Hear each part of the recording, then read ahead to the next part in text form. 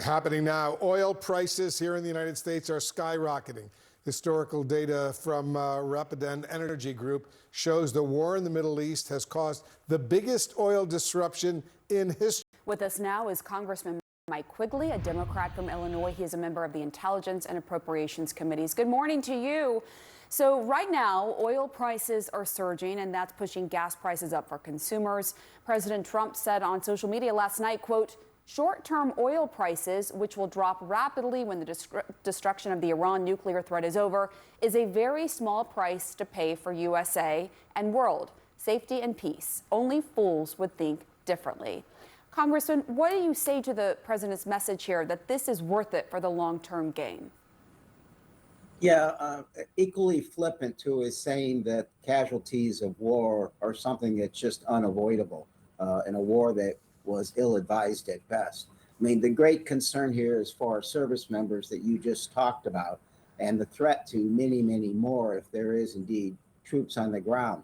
Obviously, the news out of New York presents a concern about real live terrorist threats here in the United States. But obviously, the other concern is the president campaigned on no new wars and a reduction in inflation. Well, those are both going to be a big problem. Markets hate war. Those oil prices and the cost to consumers aren't just something you can flippantly put away as short term.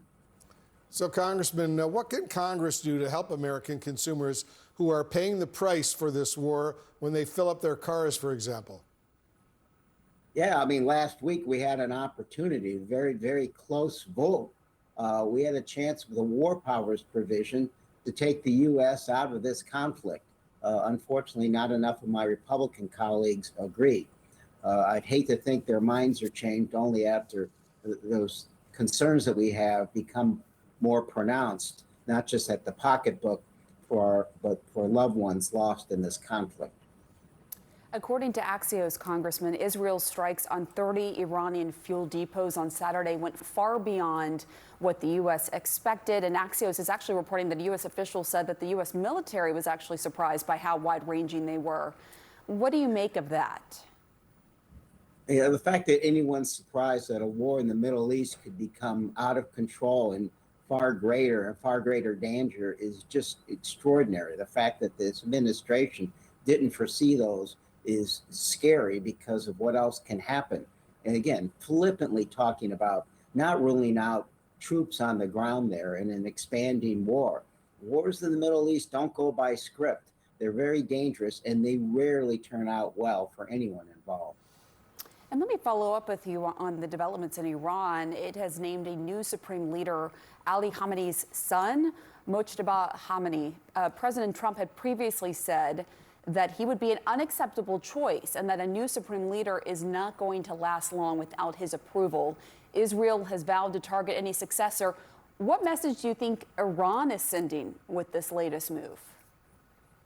Yeah, look, if the president assumed that they were going to wait for him to fill that role, I mean, it's again naive and dangerous and shows how ill prepared he is for an extraordinary conflict like this.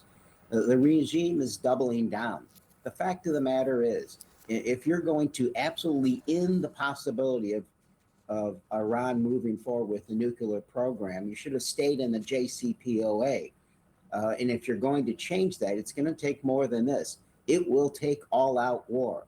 And if you think you're going to change or put in charge who you want in in Iran, you're going to have to learn the lessons from Iraq and Libya. That you simply can't create a power void and assume that you're going to be able to fill that. A wise man said, "You break it, you own it." And we're going to get in a position where we have neither. We have a very dangerous, chaotic situation, and all will be involved. On another sensitive issue, Congressman Quigley, according to CNN and to expert analysis of the evidence, the United States military appears to be responsible for that strike on an elementary school in southern Iran that killed a number of children. What questions do you have for the U.S. Defense Secretary and for the U.S. military leadership about this? Yeah, the only briefing we got on this strike was that it was being investigated.